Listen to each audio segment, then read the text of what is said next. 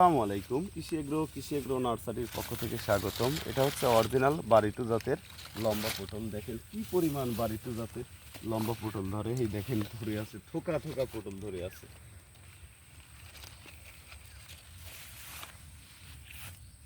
এটা মূলত উঁচু জমিতে লাগাইতে হয়, নিচু জমিতে এই বাড়িটু পটল হবে না। অর্থাৎ বৃষ্টি হলে ওই জমিতে যাতে পানি বেঁধে না থাকে, এবং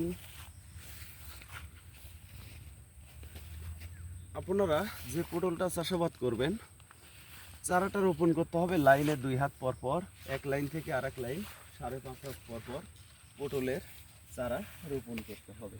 দেখেন পটল কি সুন্দর সাইজের পটলগুলি, প্রতিটি পটলই সুন্দর লম্বা, দেখতে অনেক সুন্দর হবে। ভিউয়ার্স, আপনারা যেখান থেকেই চারা সংরক্ষণ করেন প্রয়োজনে ভিডিও কলে চারা দেখে শুনে তারপরে আপনারা চারা সংরক্ষণ করবেন, কারণ ইদানিং প্রতারকের সংখ্যাটা অনেকটাই বেড়ে গেছে। তো ভিউয়ার্স, ভালো থাকবেন, সুস্থ থাকবেন। আসসালামু আলাইকুম।